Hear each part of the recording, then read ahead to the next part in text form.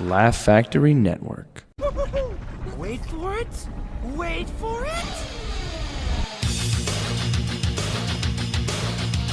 Who am I?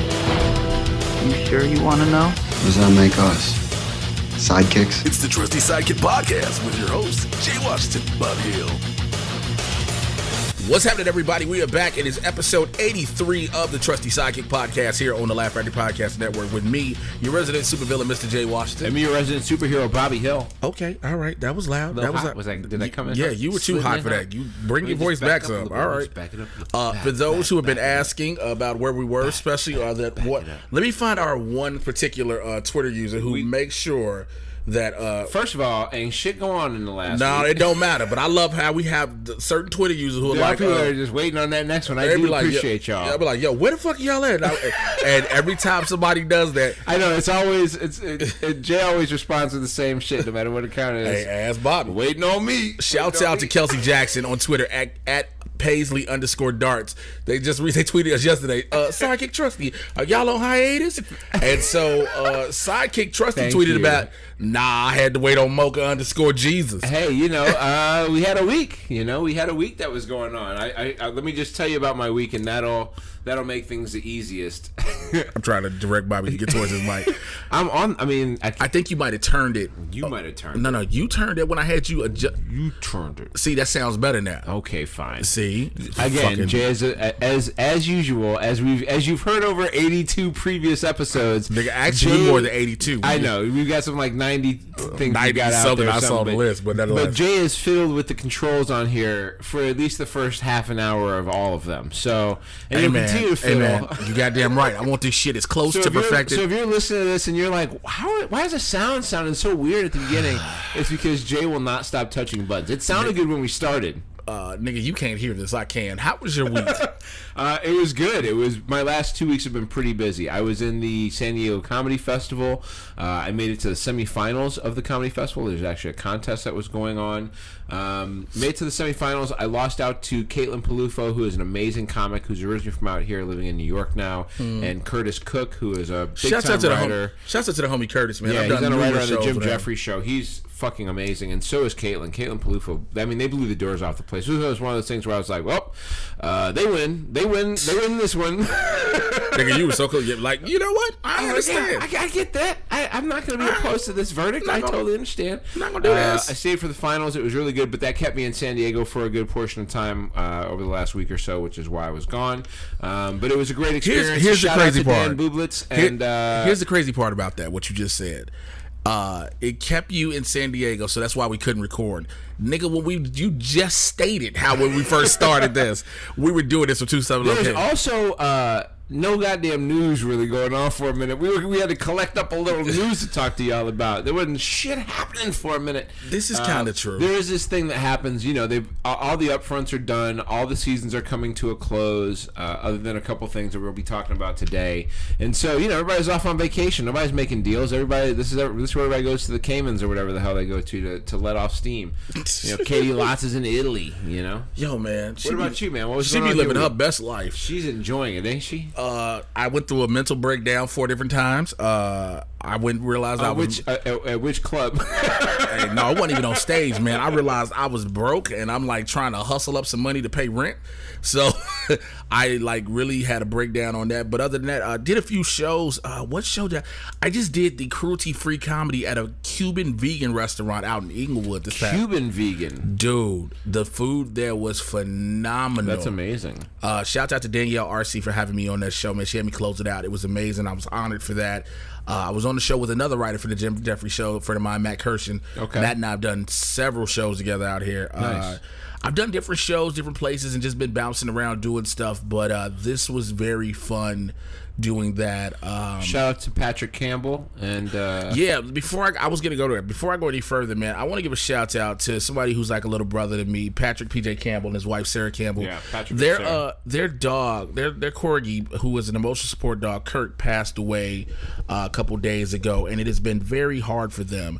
and everybody who's a part of the Collider community at large and the YouTube community who knows Patrick have all come together and, you know, shown him a lot of love and support. Yeah. We've I ran been into PJ and Sarah today at the Perky Nerd comic book store. Shouts out to Perky Nerd. Shouts out to Tiffany who runs the Perky Nerd. Yeah. She's you an know amazing Tiffany? Yeah, I know her. Okay. Yeah, she's an amazing person. She wants people to run shows there. So Oh, really? Yeah, Oh, that's crazy. So yeah, but definitely much love to them. Kirk was corgis are hypoallergenic. Yes. And I have allergies when it comes to Me too. animals. So I love being around Kirk because I never had to worry about rubbing my eyes, sneezing, Right. and shit like that. But also, he was one of those dogs. They always say that animals can sense when you're feeling bad or something's wrong or whatever the case may be. I mean, it is an emotional support dog. And so that's what Kirk was. And he was a little cute little dog. And I'm sad that he passed away. But much love to PJ and Sarah. You always got my thoughts and prayers. And of course, I'm just a phone call away should you all need me. Yeah, but shout out to them. It was good to. I ran into them just today, so it was good to see them. That was very nice. I'm sad they were going through a tough time, but glad that they seem to be making their way through it. So. Yeah, man. Also, I did something yesterday that I feel like I regret. Nigga, I watched R.I.P.D. Oh boy. It was on TV. So look, it was on TV. Negro. I'd never seen it, and I think it was probably a reason. The movie with Jeff Bridges and Ryan Reynolds. Now you want to talk about some shit that Deadpool should have erased when he was going through the Yo, old he should have timeline. shot the shit out of both of them for that one, cause Jesus, that was Man, bad. The dude does not abide. That was bad. So That was a tough one. Well, I'm glad you made it to today and you didn't kill yourself before man, that I happened. almost wanted to. I almost wanted to shoot myself in the forehead with that one, dude. Speaking of some crazy shots to the forehead, we might as well just roll into the shows and get into this week. I'm gonna tell y'all something. I just really almost lost Bobby because I'm looking at the notes and he's like crazy shots to the forehead. I'm looking at what the fuck is he talking about? Legion, man. Legion. No, that's a shot to your cerebellum. Have dude. you? That's what I'm talking about. I just You know I what the watched it cerebellum last is? night. Yo, It's finally coming together. the fact that Melanie is working for Farouk So yeah, Farouk had and got it. She had the body. Farouk had gotten into Melanie a while ago. So he had a minute been. ago. When did Oliver he? showed up at the. So that's when he put himself in her. and jumped into Melanie. And okay. Oliver's just been kind of fucked up. I think Farouk has kind of split himself amongst the two of them. Okay, that makes sense because Sid is like, because he has Melanie talking to Sid, having her thinking that David as a whole is the bad guy, Which could be possible as him. No, Holly said it's very possible that he might be the bad it's the guy. first time we acknowledge him as Legion. They finally say They his leave. name. They Melanie finally calls him Legion. Yeah, I And told you all I those watched jumps the to episode, future. nigga. And also, there's some great scenes too, like that scene where Oliver's on the ground and you see David sitting there with the crystal ball. Oh yeah, When he's finally in that mode, that's like full on Legion. That's where the full- hair it stands stands straight up. up. Yeah. It's like, oh shit, he's on it now. Yeah, Sid. But you know, even when he despite all that, when he's torturing Oliver through different realities and places, and I'm like, middle of the street. I mean, that's the crazy thing about Le Soleil is that the place has a number of different realities. So Yeah. the ability to wake up and see a giant drainage hole in the middle of the desert is a real thing that can happen. The Minotaur is a real thing that can happen. How about that shit, my nigga? Yo, the Minotaur. I was like, wait, are we fucking? And it was It was bound at first. Remember how it was crawling Yeah. through there on that weird and ass then it just wheelchair stood up. shit? Its muscle struck. She was like, eat the weak. First of all, I got to give it up to Carrie, who was whooping ass when she got that staff and realized what she was doing. When first of all, Farouk sends out these people to defend these ninjas swinging these ball sack defenses that have a frequency that was making everybody sick, Right. Which is crazy. And then, I mean, the symbolism that's going on throughout this whole season is crazy. Whether it's The drain in the tub, the draining of the tub, whether it's the Fukuyama's attendants, these robot droids who are like The lady Vermilion. dudes with The the Vermilion. Vermilion with the mustaches. All that shit is crazy. Do you feel like the mindfuck is broader this year than last year? Yes, I think Noah Hawley realized that this game, you can do the same thing with season 1 that you did that got everybody entranced into this, but you've got to step it up a little bit more. Yeah. You want more people to be like, yo, if you've not watched this, again, this is one of those shows where I hate to say you need to go back to the beginning, but you kind of need to go back to the beginning of season 1 in if you jump in now, oh no, you got to catch where the psychosis starts. Yeah, You got you to have- see. And season 1 is really about David's own personal internal psychosis and learning that he's a mutant and not crazy. Right, and learning this. And this season, a lot more people are drawn into the insanity. Whether it's Ptolemy, with the thing that went into his ear that drove him nuts, that put him inside of a goddamn machine. Whether it's Carrie, who's been drawn into this battle with everything that's going on. Whether it's Sid, who's been the torture that girl's been through. Now she's, she has pulled on this drainage thing. She's really being mind fucked by Farouk at the moment, and there's a future Sid that exists as well. So there's a lot of everybody's more involved in what's going on this year. You know what? It's a lot with the whole Sid thing, because now, remember, her ability was switching bodies, switching minds. We don't even see that really anymore. They've stayed away from that because it's not really helpful to the point of what's going on. I thought it was interesting that she didn't try to touch Melanie at some point, though, because that's an easy way to know whether someone is legit or not, is to do a quick body switch. But the problem with that is, if that was true, if she did that, then Farouk goes into her, right? But he doesn't know the time limit. I'm not sure she's got a bold determination in this, and she has from the beginning. Her ability to stay steady with her support of David through even all of those machinations. It wasn't almost to the very end that she was even starting to fold on the idea that David was actually the good guy in this. What do you feel about David's transformation? I mean, it is true that it is. I think it's about time that we get to the point where we're not always relying on the hero, and the hero can turn evil, and he's known for being evil. Yeah, he is a bad narrator. You know what I mean? He's an unqualified narrator. You can't count on his reality being the one that's real. It's possible that he may not always do the right thing when it comes down to it. He's been prone to not do the right thing at all. He seems to take glee in doing the wrong thing sometimes, or being abusive, or punishing people with his powers at times. I mean, but he knows, because I think he doesn't even know the full extent of what his abilities are. Yeah, I think he's surprised by it himself. Yeah, because sometimes, like, he realizes when you piss him off, when you piss him off, he understands, I can do more damage than you would imagine. Yeah. But he doesn't know the full extent and the full range. He's a world leader, man. Yeah, shit. He is the world leader. Do you think by any chance, granted we get small B-level mutants or C-level mutants in this, do you think at any point we might tease, because we're doing a World Eater with Legion, we might tease Franklin Richards? That would be great, especially considering what the other thing that Noah Hawley's working on. Like, here's my thing. Basically what I'm asking you is, should I start doing mushrooms to watch this show? You know what I'm saying? I would say that if there is a show that you should watch while on mushrooms, Legion is probably at the top of the list. Yo, I could see somebody losing microdose on this. I would say microdose. If I was going to recommend, a way to go, I would say microdose and watch. This Legion is the part of the start. show where you realize Jay don't know nothing about. And Bobby knows way too much. Way too fucking much. Bobby like, I know way too much. I think the great part of the show as it ended, though, is you see the Shadow King gets his body back. Got it. So now the thing, and with the light, with the sun glow, with the aura in the back. Did you see when he came up there, they had that tuning fork thing that was supposed to kill everybody's power, the choke? Yeah. And he walked up there and he just went boop, and just dropped everybody. And then he took that fucking thing out the ground and chucked it. Just chucked it away. I was like, the question is, I'm not sure. Now, there's one more episode. Okay. This was originally supposed to be a 10-episode season, but they added an episode. Yeah, they added one. Now, I'm not sure whether this was the added episode, whether the 11th is the We don't know where it was. I'm not sure where the extra stuff was added in. But see, the catch to that is, like... Because this seemed like it was playing like the end of a season. It could have, but I don't know, like, if the next episode is added...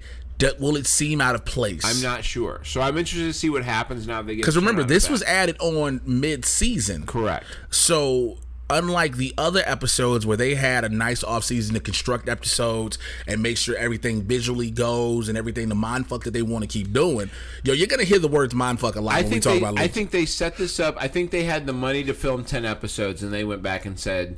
And this is as far as they got, Mm-hmm. and then they were like, you know what, we're gonna give you some more money. Okay, we're gonna let you get one more in there. No, get one more. We like it, we really like it, but we like a little better conclusion, so we're gonna give you just a little bit more money. All right, so look, without that's the only Marvel Marvel show on this week. But On I got the good news side for Legion, though, we will share that it has been renewed for a season third season 3. So we'll be back. We will see more of, I think it caught on Dan Stevens. Yeah, it caught on the way nobody expected. It's so good, man. Do you want to do the news about the TV shows now, or do you want to wait? Well, let's talk. There's only one other Marvel show that we're going to be dealing with for a while, and it comes on tonight, right? Oh yeah, that's what we're recording right now. So we're recording tonight, It's and as today, Thursday, it is Thursday, June June 7th, and the debut of Cloak and Dagger My comes on. origin story begins tonight, y'all. The origin of Team Beige. The Team Beige origin story begins tonight. Cloak and Dagger comes on Freeform tonight. Now, here's the thing: I have had the pleasure of already viewing the first several episodes. You can see my spoiler-free review up right now on my YouTube channel,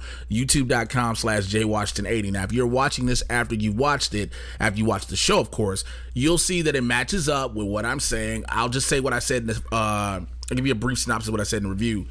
Aubrey Joseph and Olivia Holt do justice to this. This is like watching a Netflix show on Freeform. They do a lot of things that you were like, whoa, Freeform went there. That's good. And I started watching a little of that show, Siren. I watched like the first 20 minutes of it. I think I'm going to go back and watch some more, to be honest with you. I've never watched a show on Freeform before. But you decided. But I'm like, I'm already going to be watching this Cloak and Dagger shit. Well, so I would have told you earlier, too, if we wouldn't have been recording so late. We could have went to the premiere of the finale episode for Sense8 for the first episode. It's okay. I mean, just let you know. But nonetheless, so that is what we're talking about. So Cloak and Dagger, we'll have a full spoiler late and everything review come next week. It will come. And we got some other Marvel movie news we'll talk to, TV show and movie news we'll talk to you about a little bit later. But let's get into the DC shows, because there is only one DC show. And right now going? Just one? Well, there's only one going, right. We've got two to recap the end of the season, but only one is continuing. I was like, only one's going right now. I'm not sure why how do you feel about this now? This wasn't planned. This was the plan out the whole time, right? I mean, Supergirl's been on now for 3 extra weeks now. After these other 2 extra weeks after these other shows. I have no fucking clue.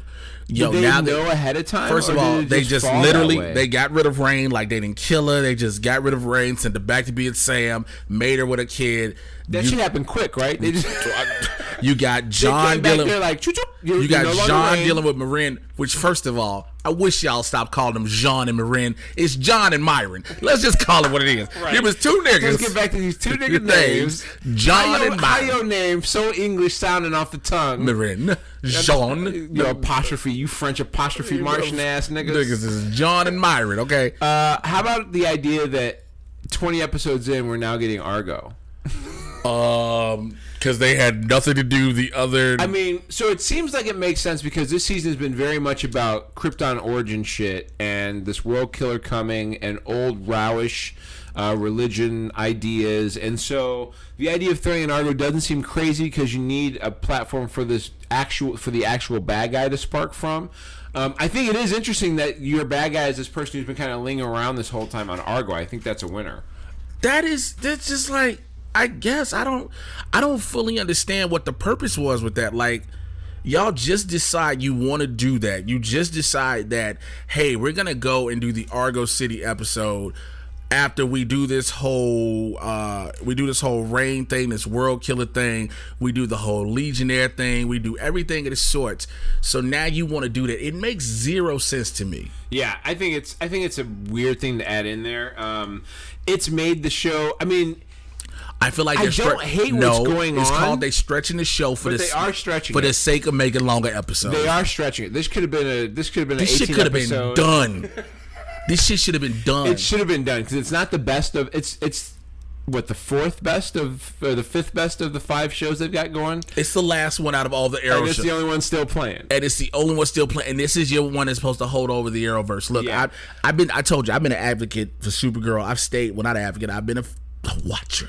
Let's just call it a watcher. I've been a watcher of this shit for 3 years.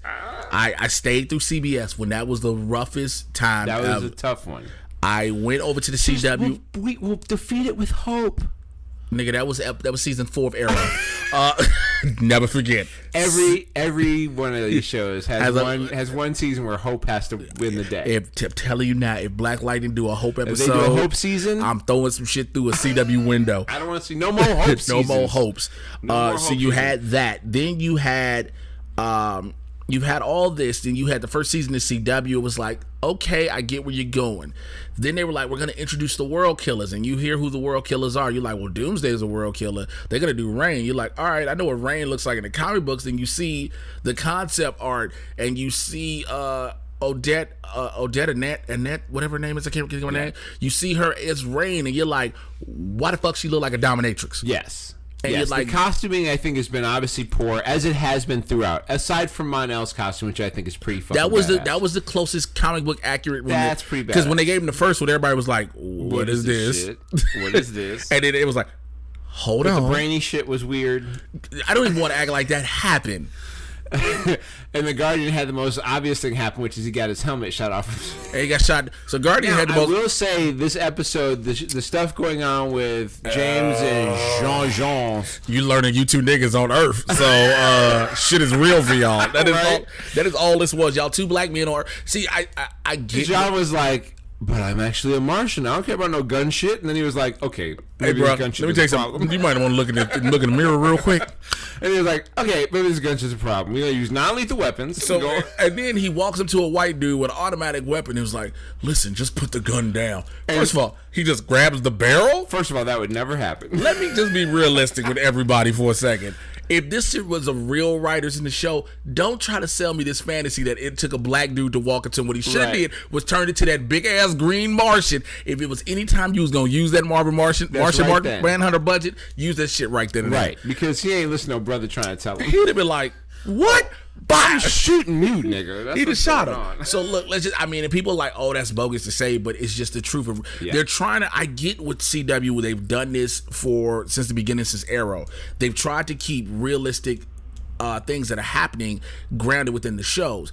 And we had an episode with Arrow where they were talking about gun control and they beat you over the head. I will say overall, I have liked this season of Supergirl better than other seasons of Supergirl. Okay? I will say that it's a better season of. Okay. I like the season with Maggie. That was a decent one. Last why season. she's gone? I never told you why she's gone. Why? Would you like to know why Fiona Lima's gone? Yeah. All right. You all want to know on Trusty Sidekick why she's gone? Why Maggie? Why they insider information? Why they broke up? Yes, it is. You want to know why they broke up the episode? Yeah. Broke them up because Maggie Sawyer, Florina Lima, wanted her own spinoff show. And they wouldn't give it to her, and so she was like, nigga, do you think she deserved a spinoff show? No, of course not. Exact. She was like, I want a spinoff show. They was like, no, I want a spinoff show. All right, don't worry about it. We're going to break y'all up. You gone. She was too demanding about a spinoff. She demanded to have a spinoff of Maggie Sawyer. I mean, come on. Like, yo, are you... How you do? What are you trying to do to Greg Berlanti, man? This nigga already got 15 shows out. Not even. It don't matter if he had 22 shows. I know she doesn't deserve one. Who cares about? Like the Adventures of Maggie Sawyer? Come on. Like somebody will tell me, oh, I would see a Maggie episode. Keyword episode. So let's. That's enough. I will say about this though. There is a thing that started to happen on here with Lena and Miss Tessmacher. What is going on with that? You know what's happening. Miss Tessmacher is very smart, smarter than we had realized, and you know that Miss Tessmacher was a big partner with Lex Luthor. So they're making her the Luthor type Tessmacher. I am concerned about this because I don't want this to be what happens. Also, I will not like this. Also, I'm gonna tell you what's about to happen. It's finna be even stupider. They're gonna make Lena like Lex, and Lena's gonna figure out Kara's Supergirl, and it's gonna be a problem from the whole next season. Yep. And so now it's we can't be. I don't trust you as a friend no more. Oh, Lena, you're my sister. The roads will diverge here, and this will be the start of her becoming the big bad. She will become Lex-like after But she should have been it this season anyway. This is the groundwork. I'm gonna tell you something. You could have made Reign half the season if you were gonna do that. They could have done it like they usually do it and killed that world killer noise early and made Lena Luthor the main bad guy. Yep, they would have worked. The distrust could have worked the rest of the time. Could have worked. They're trying to stretch that paycheck out for another season. So let's go on to the Flash, man. So the season of the Flash is done. Speaking of stretching the paycheck out, Ralph Dibny. So the first half of this final episode, we're talking about the season finale, y'all remember? Yeah, they spent it largely in DeVoe's head. Right? Cecile projects projects. Listen to this weirdness. Cecile uses her pregnant mind powers to project Barry into DeVoe's mind to try and get to the nexus of DeVoe's brain to try and bring good DeVoe through the portal. And say that again. Yep. And make sure I that couldn't say it again. I couldn't, and I didn't write it down. And the goodness that is inside him is Ralph Dibny. Ralph Dibny is the goodness inside of DeVoe. Because DeVoe is technically inside of Ralph Dibny. Yes. Which you were like, what? Yeah. When they acknowledged that, I said, I'm not going to lie, before they and did the only it, way to get him out is to go through a Matrix-style Burly Man brawl. with all these different... Remember that shit in the parking in the playground where and the CGI was about the same? Yep, it was the exact same. It was all those Agent Smiths. Instead, it was all these DeVoes this time. Here was my problem. I was like, did we really do all of this just to bring back Dibny? Just to get Dibny. This literally was this wasn't about beating DeVoe for this episode. Exactly. It was literally about bringing back Dibny. The core of this season has been about the friendship that was created between Ralph Dibny and Barry Allen. That is the entirety of what this season was about. DeVoe, sadly enough, because I thought DeVoe was a really great villain. I love the fact he told Barry, "There's no beating the big bad this year." Yeah. When he said that line, I was like, "Ooh, we meta." I know, right? Oh, look at that fourth wall just come tumbling down. Oh, look at you with your big old fourth wall tumbling powers. Tumbling. Just put that fourth wall down, What girl. you say? But I think, I thought DeVoe was a really good bad guy for a while because he was a step ahead of Barry this whole time, and it made sense. And I think it's a really wasted idea to have him be defeated so easily the way he was. I think it was a real waste of a good character. I knew Marlise would play a part, but of course, I thought she would be a bigger role, like she would kill her husband. Of course. But to have the whole thing just be Dibny, and it was like, what? I like the pair up of those two. It works better than another pair up that we're going to be talking about in a minute that is no longer going to be happening on the show. But I thought it was a real waste. And again, you get a Nora Allen sighting at the end. So we finally find out who she is. So here's the thing about that. Everybody said initially that's Dawn Allen. Right. They're probably twins. It's probably their version of what Dawn Allen is. Yeah, it's one of those. Because Dawn and Nora are pretty much the same person. They're two different people, but it's potentially they're gonna do twins. They're combining some things to make this work, or they're doing twins. In some news in some news with the Flash. What are your overall thoughts on the season? I mean, I just like to don't ask. That's why I went to news because I didn't want to give you my thoughts.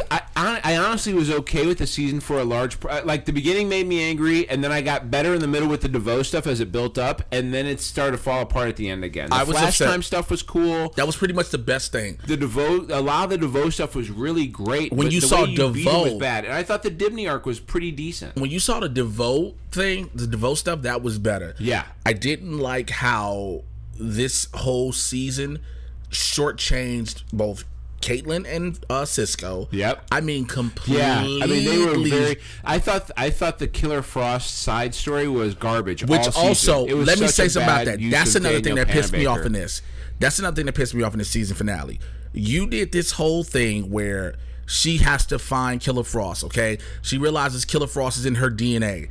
Then she has this memory that vibes that Killer Frost has basically been a part of her since she was a kid. And so now it's just recessed. And now... But we still don't get her at the end. We don't get her at the end.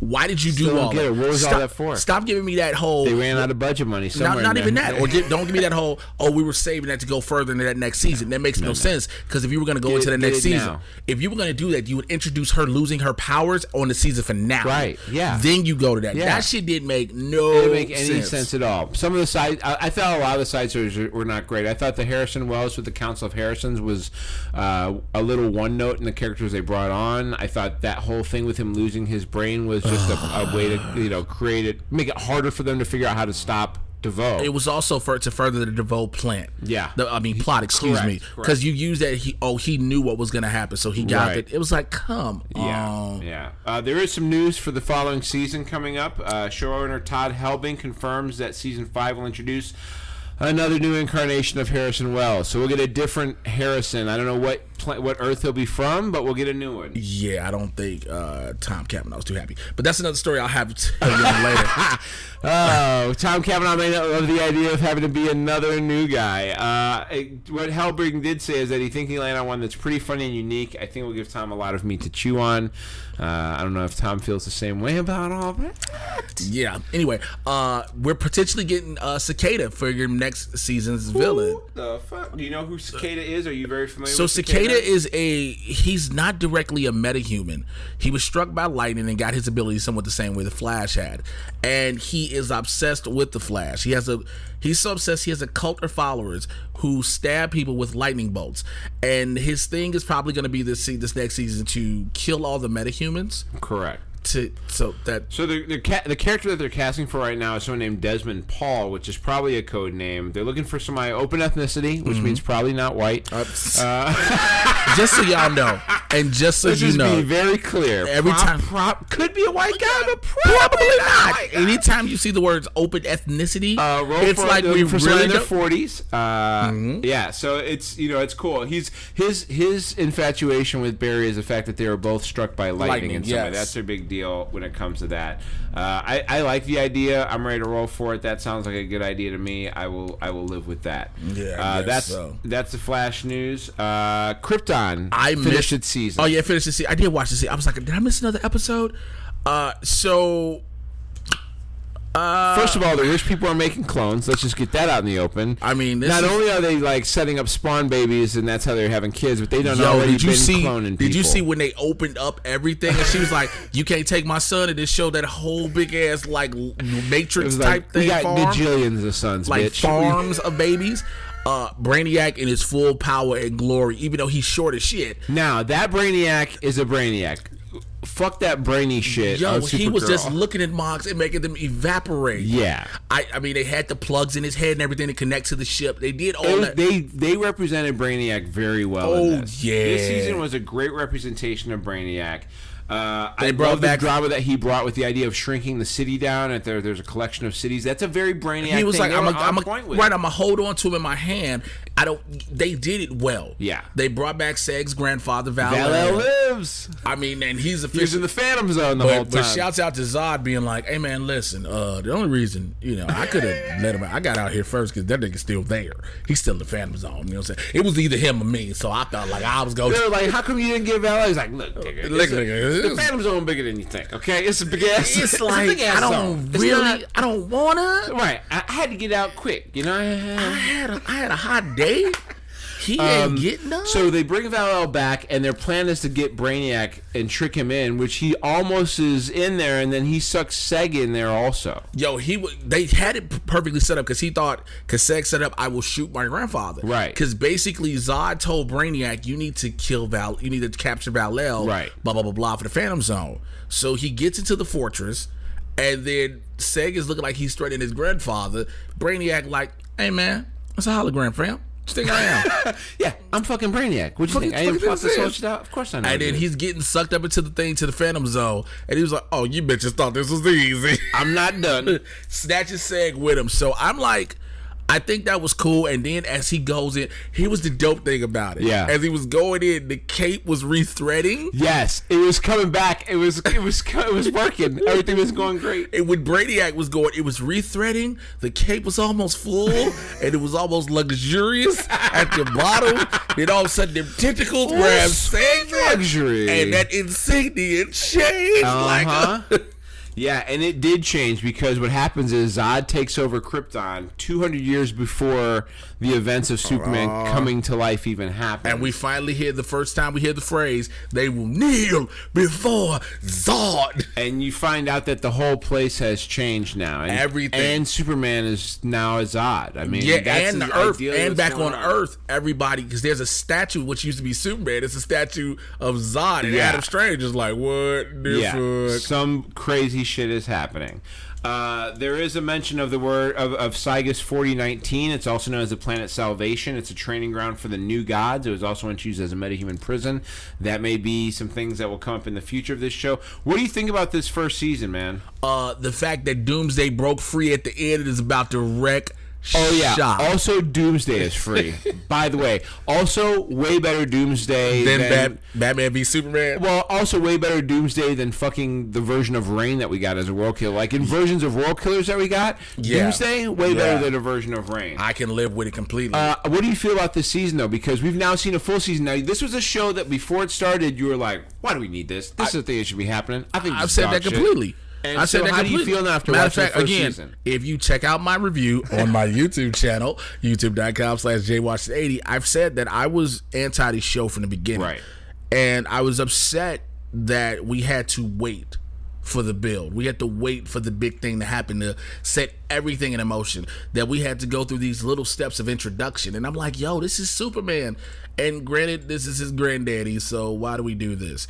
But once everything began to roll and everything began to happen, I really wasn't complaining.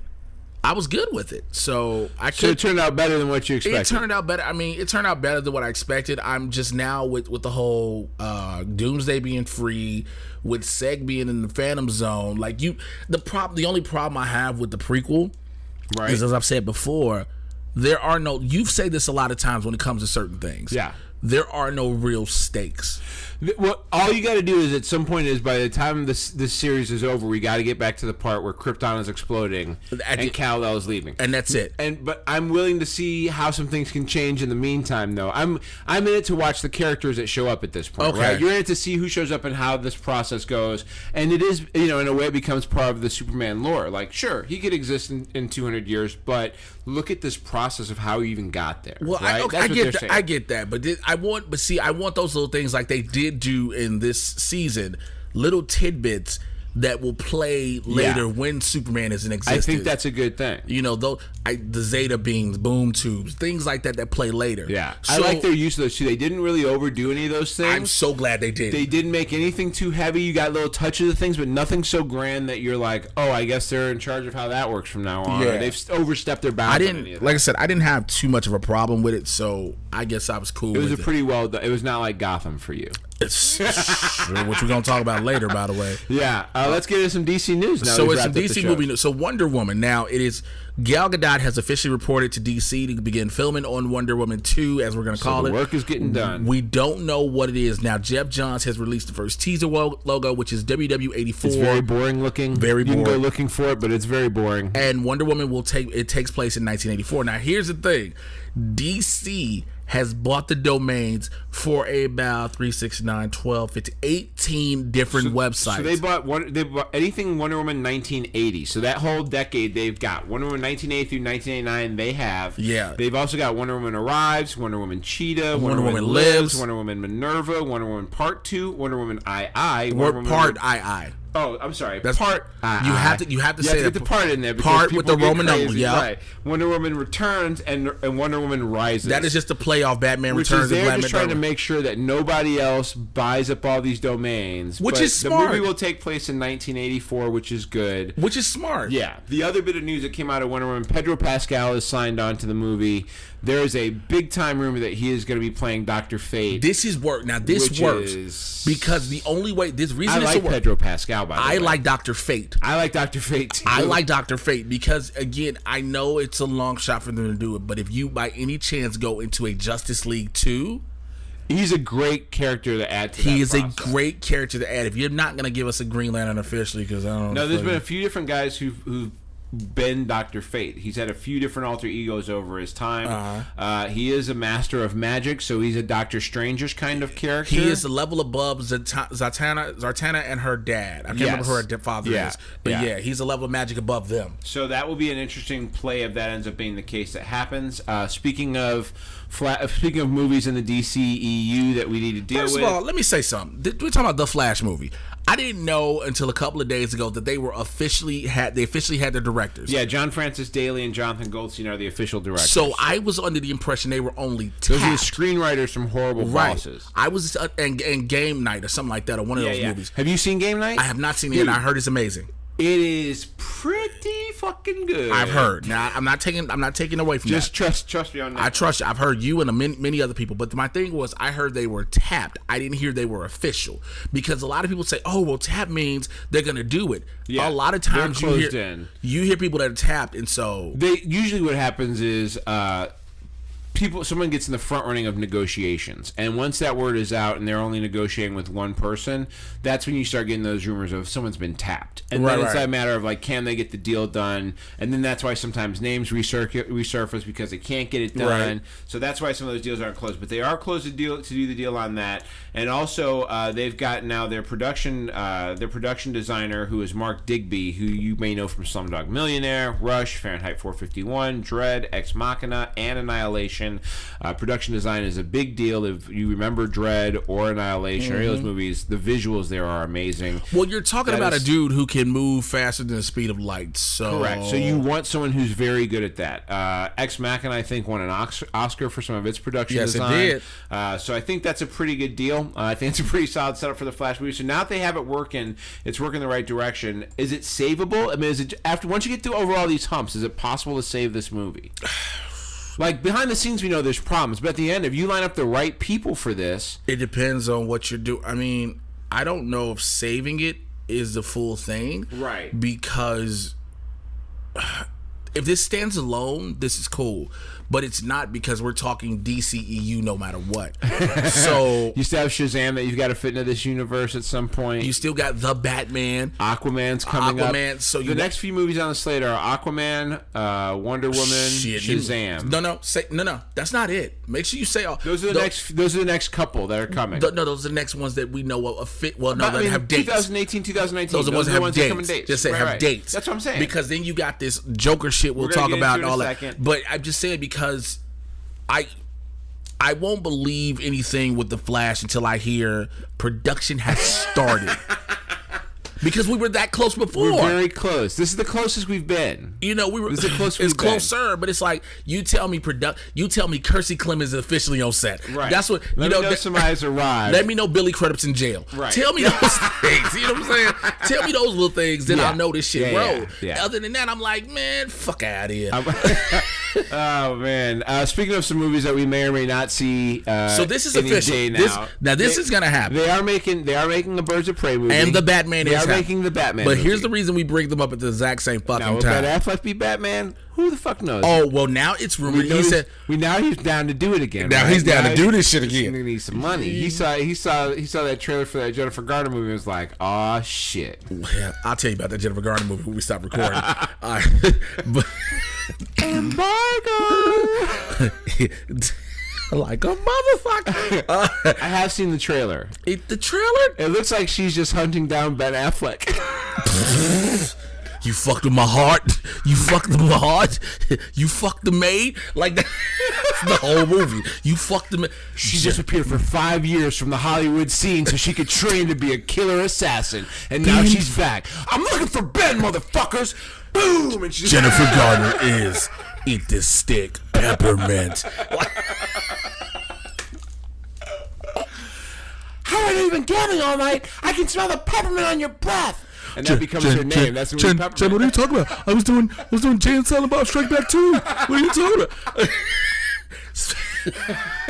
Speaking of the fucking Batman movie, and Birds of Prey, there may be potentially the main villain for one of the two of these films, and it's potentially the Penguin. So the Penguin has been talked about to be the main villain of one of these two movies. Obviously, we're going to talk about the Joker here in a second.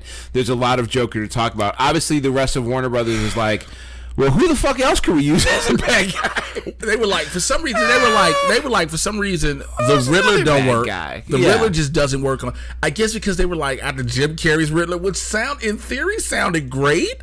See, I think the problem that they have with if they made the Riddler like a criminal who acted like a serial killer, but wasn't always about serial killer. You know, serial killers always like the Zodiac. I want you to explain this shit. Okay, so you know, like the Zodiac killer who left all these clues that nobody could decipher or figure out. Right. if the Riddler worked like that level, where it was so horrendous and heinous some of the things that he was doing while robbing a bank or whatever, like that shit, you could create a real bad guy. When they make him this cartoony, bright green colored dude. So what about? And I hate the fucking fact I'm finna say this. Shit. Here it comes. What about Corey Michael Smith's type of Riddler? Again, I think I just want to, before you answer, I just want to reiterate the color of the costume. I think is a little too much for me, but I think the level of insanity is good. I want to just reiterate that I hate that I'm referencing I think the this. dropping of concept. I think they need to change the way that they do the riddling though, because they make it too pedantic. I think they need to make it tougher. Like the riddles need to be worked into actual crimes that are going on, not just like throwaways. Because remember how and going back to Jim Carrey's Riddler, and when Batman was a Batman Forever, when they were doing those riddles, it was like really easy to play out and somebody to figure out. It's not supposed to be. I want something that should be like, it should make it it should be part of a real tough clues to solving crimes. But when it comes to the Penguin, so anyway, aside from that, they're hot for the Penguin right now. They want the Penguin to be a bad guy in a movie really badly. I don't know what it is about. Somebody rewatched Batman Returns. Somebody got an idea. Yeah, somebody's like, we can build up some other bad guys. So it may be Birds of Prey, which would fit for a character like Penguin to be in Birds of Prey. But somebody really wants it. So what else they really want is Joker movies. Holy shit, Joker movies. The Grand Theft Auto Joker, Jared Leto. GTA Joker. GTA Joker is getting his own movie. So he's getting his... First of all...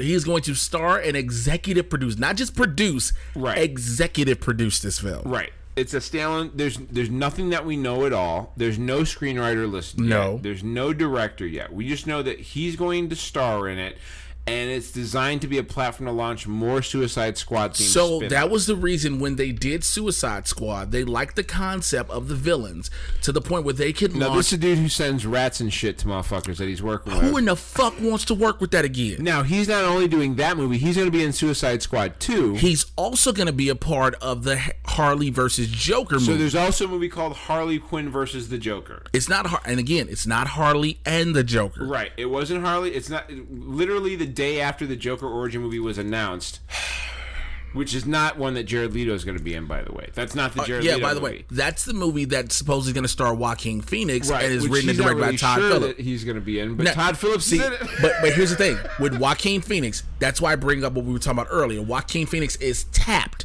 to play the Joker. Yeah, it's him. That's who they're talking about. You know, he's acting like he doesn't know because he's trying to be silly about it. Yeah.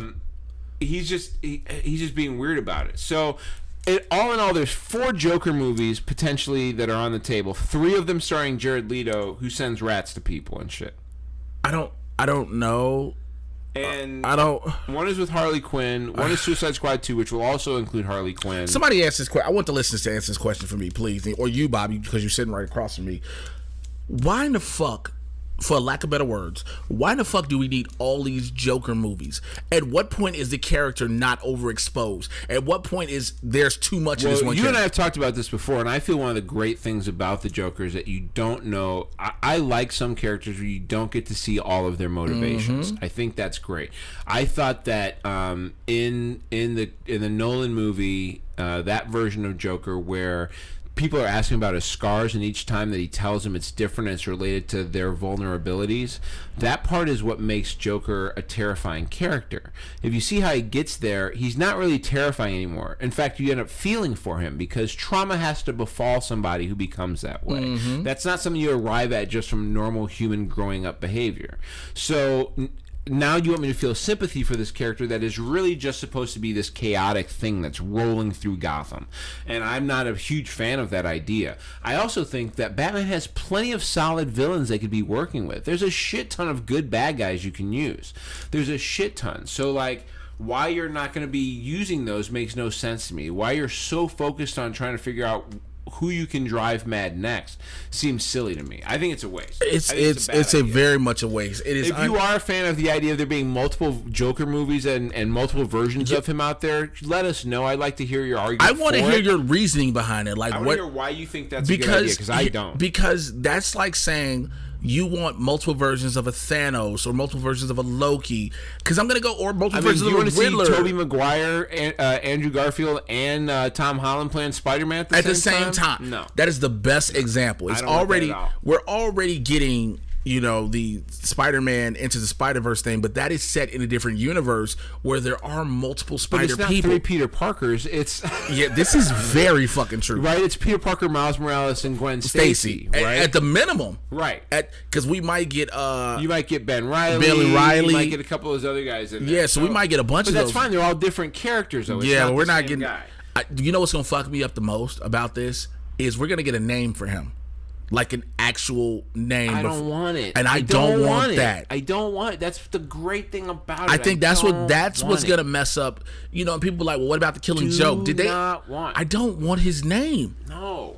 I'm not interested. I've never been. I've been interested. Like, yo, what is the Joker's name? But I always was like. The closest thing to it was Jack Napier in the the first Batman movie. But even him, they didn't give a background to. He still didn't have a background. He was a gangster the whole time. That's it. Fell in a vat of chemicals. And that's it. Crazy. I was comfortable with that. That's the closest thing to an origin story I've ever wanted to see from him. And I'm like, okay, I guess. So who the fuck knows? Speaking of Jokers in certain shows, Joker, can't say the J word, can't dye the hair. I'm sorry, Joker-esque. Gotham, man. So the final season of Gotham, according to Carmen Bykova, who plays Selena Kyle, Catwoman, this is only supposed to be 10 episodes long. Now, I watched the video where she originally says it's only 10 episodes, and then she later corrects herself to say that maybe 13. Yeah, okay, it's 10. I don't know what it's going to be. I think it's probably going to be 10. Also, you heard they said tried to correct her because men are awesome. You also heard, you motherfuckers are phenomenal. Speaking of which, stop going after women on social media that play their roles. Can we do this real quick? Let's have a real moment. Let's have a moment here for a second. Moment. If you are a fan of a thing, you say first. You say yours. So here's the thing. Okay, I'm a huge fan. This is not DC Marvel related, but it is Disney related with Jones. You know what we're talking. So for those who don't know, we're talking about fucking Star Wars. Yeah. An actress who was on the most recent, not the most recent, The Last Jedi, Kelly Marie Tran. Kelly Marie Tran left Instagram and social media because she got too much shit. And the chick who plays Rey, Daisy Ridley, I think she's left social media because she got too much shit. And the real thing is that it's fucking idiot-ass dudes that think they have the right to go yell at somebody who's just trying to make a roll and get some food on their table. Now, I'm a big fan of Star Wars, like almost any other person from my generation is a big fan of Star Wars. I'm a huge fan. Love the movies. Have things I've loved about them and things I've hated. There's no way in life that it's my place or anybody else's place out here working at Arby's or wherever the fuck you work to go and send messages of hatred towards a human being for playing a role in a movie you didn't like. Especially in a movie that's all about uniting people and bringing people together as one in the Force. Like, it's a movie about love, you fucking idiots. All right, Bobby's nicer than I am. Let me know when you're done. Go for it. Let me tell you something. I don't give a fuck how you felt about The Last Jedi, whether you loved it or you hated it. But at no fucking point should you go and harass that woman, talking about some, you're autistic, you shouldn't have been in the movie, you making it bad, blah blah blah, and stop saying it's social justice warrior shit for people not to want people to act like fucking assholes. Now, I'm not saying it is our listeners directly, but if you know people who are like this, our listeners are great, but you all know somebody that would like this. So stop telling people that shit. Daisy Ridley did, and stop saying stupid shit like, George Lucas raped my childhood with the fucking prequels. If your childhood is that fragile, then you need to go seek some help. You need to see a fucking therapist. Matter of fact, I've got one. I'll give you my therapist's number. That's how much I'll help you the fuck out. So stop doing that. Be clear about that, okay? Stop doing that shit. I know their gripes Bobby and I have had with both Marvel films and DC films equally. Of course. I hate Jennifer Lawrence in fucking X-Men movies. But you do not never send her a message about it. You don't see me tweeting her, hitting her on Facebook, hitting her on Instagram. Yo, you suck as mistake. You don't see. You just hit me. It's not necessarily even her fault that she don't like. You know what I mean? Like, it could be a number of things. Could be writing, the writing and everything, direction, anything. And guess what? Sometimes things just don't turn out. This again, I continue to explain this to people. The reason why we talk about live action is because so much goes into shooting a real live person on screen correct, including getting them cast, the lines that get read to them, the makeup, the effects, the editing, the sound. all of that stuff goes into it, and that's something you get from live action that is different than animated or storytelling or any other version. So that is why that happens. And also, when it comes to live action, no matter what it is, you have people who develop a fandom. Of course. There are people who have grown up with characters. Of course. And also, I hate when people say, because I'll go back to Marvel and DC, Marvel primarily, stop saying people are trying to make shit social justice issues. Because by that right, you've never read a fucking X-Men comic book.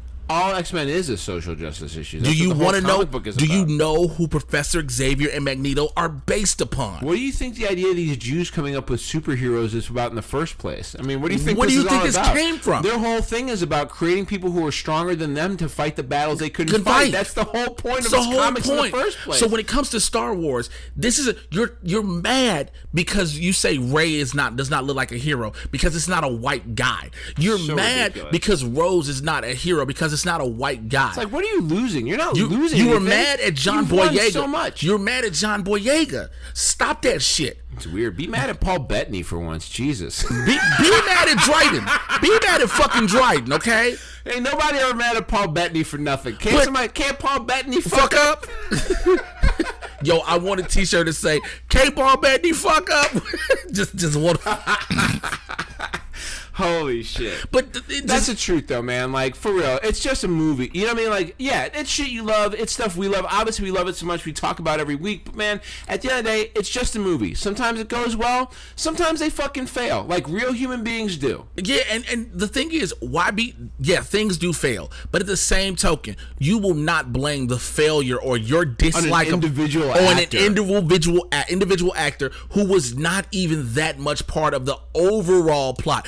Guess what? Every time a movie happens, you don't just have 2-3 characters that every single thing just happens. You don't have both audition. You know how it works. You get asked to come in and audition for something. Half the time you don't even know what the shit is. You get some sides to a thing. It's not even the whole thing. You're told it's potentially big. You get 2.5 pages or some shit. You don't know what the fuck is going on. You go in there and you read for it. They actually fucking like you. And they're going to offer you a real dollar amount that's going to pay your rent for a couple months to come in and do a thing.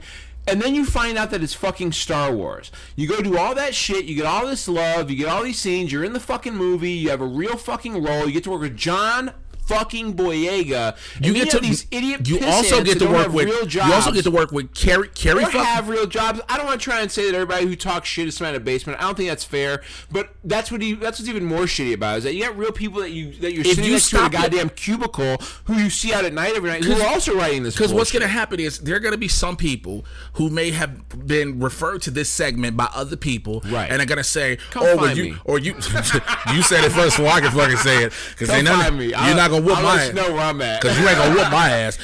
We're two of the biggest podcasters. We're two of the physically largest podcasters probably in the podcast world. I doubt you'll fucking run up on between the two of us, we you'll say up over you're gonna say, oh, you two are just gonna talk shit about people. No, we're talking shit about the assholes who do this dumb shit that's unnecessary. Yeah. And if you're not one of those assholes, there's always time to stop being that asshole. You can always just go, you know what? I'm not going to shit on people like that. It's not fair. I wouldn't want somebody to shit on me like that. There's probably more things than I know going on, which is probably true. But on the flip side, I will say shout out to Ash Crossan and everybody on social media who did Kelly Marie Tran appreciation. Yeah. Shout out to everybody from Nerdist and everybody on down the lines who showed appreciation for that woman for being a great person and the role in which she portrayed, whether people loved her or hated her. And my empathy goes out to people that got to deal with that shit, because that's just not, it just isn't the thing that you should have to deal with. You should never have to deal with this. Like, a lot of things come with being in the public eye, but having people put you on that verge of like ultimate depression because they don't like how you were in a movie role should not be part of it. Because I know Alden, it's just not that serious. Aiden Ehrenreich then took some hell from being Han Solo. Now we know when you take a role, there is some hell to come with it because there's going to be some backlash. It happens, unfortunately. But the level of disdain, the level of inhumanity which that woman has gone through, is so it's not worth it. So let's move on to some other news. Back into the DC news world. I know we got caught, but that was important. Legends of Tomorrow and Flash news. A little bit of both. So if you remember at the end of you just heard the name, at the end of the season finale of the Flash, Wally West showed back up. He did. So we were assuming Wally was going to be back again in Team Flash, correct, and not on the Wave Rider, which seemed kind of weird. I was like, Y'all just told me he was a season regular. What's it? He had just gotten the season regular call from Legends of Tomorrow. But now he is leaving as a series regular from both shows. Yeah, his future on The Flash is unknown. But he's going to be in the season 5 premiere. He'll be in the premiere. And that's all we know that's it. That's all we know. Thoughts? Okay, so they originally moved Wally off of Flash because they had trouble writing for 2 speedsters. Right. The budget would not stretch for but 2. Now Nora West is going to be here. Nora Allen is going to be here, and she's a speedster. So they can write for 2 speedsters. But we've constantly had for 2 speed. It's not now, right. I don't think it's right for 2 speedsters. Let's say this differently. It's visually shoot for 2 speedsters. So here's the thing that was happening is they were having trouble writing stories in which they could somehow make it difficult when there are 2 people capable of super speed. That is why in most episodes with Flash and Kid Flash, one of them gets incapacitated very early on in a fight. Yeah, it's the visual effects is what I'm talking about, right? It's not about the visual effects. It's about they couldn't figure out a way to like have the bad guys look credible enough without hurting one of them so early that it only left really one speedster available. Sound better. You sound, because from what I heard, I hear you, but I just heard it was all both using speed. They were just like, well, if we had 2 speedsters, how do we ever make it tough enough for somebody to lose? Like, how do they lose ever then if there's 2 of them? And so they must have figured out a way to do that trick, because now they are going to be able to write stories. If Nora and Barry are going to be around, they'll have 2 of them. So that's why Barry gave up his powers to Iris when she got him, because they weren't able to apparently do that. But the other part of this is Keenan Lonsdale also has a budding music career. I think he is interested in living a world that's a little bit different than what the requirements of being Wally West are, and that's totally fine too. And so he's going to be leaving the show. He may come back here and there. He said he's never gone for good. So if they ever call for him, he shall return. You'll probably get glimpses of him here and there where they need another speedster in the mix and he needs a paycheck. So I just, I understand the fight. I know what you're saying. I get that writing is an issue. I was talking to a writer on The Flash, and that was never explained. But I see the whole, trying the budget, because we hear about budgets all the time. Yep. So that was one of the things I knew of too, was like the budget is an issue. But a shot is a shot. When you're doing a shot, it's like, you gotta do the shot. No, that sounds easy. But when it comes to the editing, all the effects to make a speedster a speedster, we have to focus on the Flash. Of course. Ancillary is Kid Flash, is Jesse Quick, is Jay Garrick, is Zoo. What I've read is that they had difficulties writing storylines where they could defeat 2 speedsters without the only way they could figure it out is if they just made one unable to even fight very early in the fight, and then there was only one speedster they had to deal with.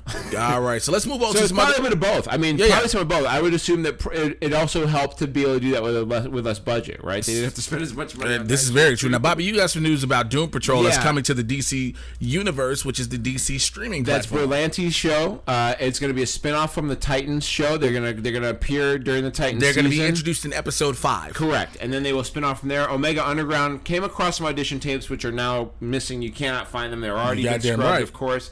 We get Robot Man and Chief, who are going to be part of this. There's been a few people that have read for the character of Cyborg, which is Vic Stone, which I find interesting. Roderick Lawrence from Back to Reality, Boam Tingang from Diana and I, Michael Xavier from 88 and Bitten. They've all read for the part. Now, my question is, if Cyborg is in this, is there no more Cyborg movie? Has to be. That's for sure. That's been taken off the slate for a while. So it's been I'm pretty sure. Right? So that's been off. They've reduced him back to TV level. But you need. Yeah, they have, but also you need. There are some favorites for the Cyborg role. We can't go into who, but there are some favorites for the role. They are looking at some people, and you have to have Cyborg to introduce the Doom Patrol. Correct. It's going to look. It's just a part of the deal, right? It's going to look very stupid. Do you think Berlanti's power won out there? Like he goes, listen, I'm going to do Titans. I want Doom Patrol, but that means I got to have Cyborg. And somebody at Warner Brothers was like, okay, we'll bring it down. We're just gonna. I mean, sure, man. I believe that movie. It's we'll possible. Find something else for Ray Fisher. It's fucking possible. Now they've also not been above having 2 cyborgs before either. So he may return in another. I don't think there'll be another Justice League movie. To be honest, no, I think not like this. Not with this crew. I don't think we'll get another Justice League movie if we do, with the way DC Entertainment and DC Films are going. I think we won't get one potentially till the reboot. Woo! if they blow, not even if they blow the universe, I think it's gonna be it depends on what Shazam, Aquaman, Wonder Woman 2, 100%. what all they do. And if Flash goes into production, becomes a real thing, and it happens, those movies have to be successful. Yep. For the idea, Suicide Squad's got to be way better. Oh, it's for even the idea. Oh yeah. Of a Justice League 2 to come up. Oh yeah. Now they wanted to use Deathstroke in this, but they were denied which again. Which is crazy because he's being used in a movie. He is movie level. So there's been a changeover. Which sucks because they haven't been too sure of what they want to do with Deathstroke. So we saw the first time we heard of Deathstroke, he was going to be the villain of the Batman, which was like perfect. It works. It should still be the case. It should still be the case. Then we saw the introduction in Justice League. Joe Manganiello looks just like Slade Wilson. I could never be upset. I'm for that too. Then it's announced he's not. And it's like, well, what the fuck are you finna do with that? Bring his ass back. That's what you need to do. Because he doesn't work as a Flash villain. He's a great villain for Batman. He is a perfect villain. Makes that They're work. both tactical. They're both tactical men. So hopefully that happens. They said Doom Patrol is gonna have heavier language. Well, listen. Yeah. Titans it's on streaming. Titans is already set to be dark. So what do you think Doom Patrol is going to be? This is a good idea. I think that's the way to go. That's the way to go. So now we got news for Marvel news, and we're gonna finish out with this. Avengers 4. So, set photos from Atlanta Magazine indicate that the production is trying to replicate the aftermath of the first film's Battle of New York. Yeah, so this would assume that maybe there's going to be some going back in time, that the time zone might get used, and they may be going back to New York to change something that went on there. So I'm not sure what that's going to be. There was also some foreign artwork released of, it was like promo artwork, and it shows a lot of the characters, including Hawkeye, who looks a more Ronin. I like that promo art. I like that promo art. They all look like they're in some type of space outfit. The Hulk looks like he has a suit on for sure. Like they're wearing suits. Black Widow has a red hair. Yep. What else was there? Iron Man still has the blue arm suit. So who knows what's going on? It could all be BS, but like the look was interesting. We talked about Legion earlier. Noah Hawley, who is the creator of Legion, he actually finished a script for Doctor Doom, which would give credence to the idea of maybe adding in a Reed Richards at some point. Hey, I told you, if it happens, I'm good with it. Now Noah Hawley did say he's currently working on Pale Blue Dot, which is a big time movie that's coming out in the near future. So he has no idea when we're going to see a Doom movie. What that means is he's waiting until the whole Fox purchases figured out. I think everybody's waiting. I think honestly everybody is waiting on that. What? And the last thing we've got going on That's today, not the last thing. Oh, we got one more thing. We got more than one. Jay thinks he's adding on some more news. I'm adding on a bunch of stuff right now. So, okay. but I'm letting you talk about it. Got a little more move. There's some Silver and Black news. That was a movie that was supposed to star. That's supposed to be Silver Sable and Black Cat. As it should be, it was delayed indefinitely. That is that's one of those movies where I was like, why are they doing this? What is this? These are not even characters that even play in the same sandbox most of the time. So why are we doing these characters together? Get these out of here. It was originally slated to be released in theaters on February 8th, 2019. It was supposed to be directed by Gina Prince Bythewood. We got a bunch who is executive producing Cloak and Dagger. Right. So I'm not sure if they've shifted what's going on there. She's done Love and Basketball, The Secret Life of Bees. She also wrote the first draft of the script. I don't know. I'm fine with that being the case. It's not that big of a deal to me. So here's some other news. New photos of Ant-Man and the Wasp have come out. New posters. Yes. And in one of the posters, we finally get our first look of Michelle Pfeiffer as Janet Van Dyne. She does have a suit on and I want to see what that suit looks, because it's not the same suit from the first Ant-Man. And Marvel does not screw that stuff up. So they wanted you to see. If you look at the mat, it looks streamlined like Hope's and Scott's. Like it's a newer suit. Right. The question becomes: do they have to do that to get her out of the quantum realm? Is she, about that? Or is she on the team? Does she take a new name, or is she helping the Ghost? Right. There's a lot of stuff to be figured out. There's a lot that can be asked in that question. There's some more casting news I meant to add to it. Grace Byers, who was in Empire, she was killed off in the series season finale last month. Spoiler alert. She is joining the cast of The Gifted. That's solid. Yeah, she's going to play Reva, a woman that's described as a smart, charming, authoritative, elegant, beautiful woman who is ruthless in her efforts to fight for her people. She leads an elite band of followers and has a soft spot for new recruits. She is still capable of extreme violence in defense of her vision. And our final news for the day. This is the funniest shit. Oh, this is the waste of time. There is news from Jeff Loeb about yes. Marvel's Inhumans and whether we would ever see them again. Jeff Loeb seems to think that they may show up somewhere. Where the fuck do you think they're going to show up, Jay? The quantum realm. Can we leave them motherfuckers there? I would like to leave all them motherfuckers there. I just don't know how would you do if they showed up anywhere. I don't know. I mean, there's only, 13 episodes of Agents left, so where are you going to put them? You do not bring them bitches from Adelaide to Earth. Ooh, don't do that. No. There's nowhere for them to be. There's if you do have May shoot. At the moment, after this season of Agents of S.H.I.E.L.D., there is no ABC Marvel show going on. There is Runaways on Hulu. Well, technically, there are the Netflix shows, actually, and there's Freeform. Freeform, that's the thing. Freeform is technically an ABC show. There better not be no Inhumans in Cloak and Dagger. Well, no, Cloak and Dagger will go into Runaways, if anything. That's what I'm saying. Yeah, Cloak and Dagger will go to Runaways. Yeah. Because there's a connection between the two. I don't want them Inhumans showing up. I don't fucking want them either. Keep Inhumans away from everything. Keep that shit all away from me at all. I don't want. Oh dear God, no. I think that's pretty much all of the news that we have. That covers everything. Anything big going up for you this week? How do people find you? Yeah, why don't you just let me catch up for a second? I was trying to get all it together. Like, what am I doing this week? Have no fucking clue. There's not too much coming up for me this week, but you can follow me on Twitter and Instagram at Mr. J Washington. That's MrJaywashington. Check out my YouTube page, youtube.com/JAY Washington80. That's youtube.com/JAY Washington /com. youtube.com/JAY Washington 80. Lord have mercy. You gonna be all right, buddy? Probably not. I'll tell you how to find us and everything after Bobby tells you what he got. All right. I got some shit I'm shooting over this weekend, so I got some filming to do. That's the main issue I got going on. Look at him bragging and shit. I finally got something to film, man. Don't get mad at me. Anything else you want to find out, go to itsbobbyhill.com. You can also find me on my socials for Twitter and Instagram. It's mocha_Jesus. Don't go looking there for Bible verses. You ain't going to find them. You can also find me at Bobby Hill Comedy on Facebook. Anyway. Find us on Twitter at Sidekick Trusty. Find us on Instagram, Trusty Sidekick Pod. Email us, trustysidekicpod@gmail.com. Subscribe to our Patreon, please. Subscribe to our Patreon. I've done something special for everybody, man.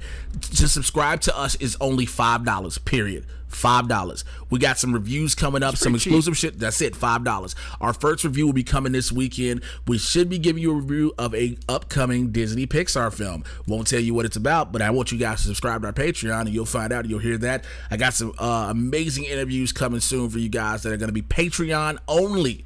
So the only way you will hear them is through Patreon. So go and subscribe. It's only $5. Interviews on Patreon. We may also start doing some early previews and reviews of some things. Yes, on Patreon. we will. We're gonna do a lot of different. So here's the thing. Let me just go into this real quick if I can. This podcast is all about the Marvel and DC live action movies and TV shows. So there are a bunch of other things Bobby and I would like to talk about that sometimes aren't Marvel, sometimes aren't DC. There's other films. There's other. You still need your trusty sidekicks. I mean, you still don't get it. There's also some superhero stuff out there that's not that. There's Bloodshot coming out. There's a whole bunch. And so what we want to, we might even go into reviewing some of the DC animated movies because those bitches are amazing. Yeah. But the discussions of those will only be on Patreon. So the only way to get those, if you're listening to us here, if you subscribed on iTunes, Google Play, Stitcher, Player FM, everywhere you get podcasts, we appreciate that. But for exclusive content, you're only going to get it from our Patreon. So go over there. It's $5. That's how you get it. $5 to give you a bunch of great content and you won't want to miss it. I promise you, we may even do something like, Jay and Bobby gonna put up comedy specials on some comedy stuff on the Patreon so y'all can laugh even more with just a stand-up. Say what? What? Is that it? That's it. All right, man. With that being said, we wrapped up episode 83 of the Trusty Sidekick podcast here on the Laugh Factory Podcast Network with me, your resident supervillain, Mr. J Washington. And me, your resident superhero, Bobby Hill. So again, like I just been saying, go to our Patreon, subscribe, $5. That's all you got to do. We will holler at you guys next week. The summer's coming, so episodes may be different. So take care. We will holler at y'all next week. Peace. That's what's up.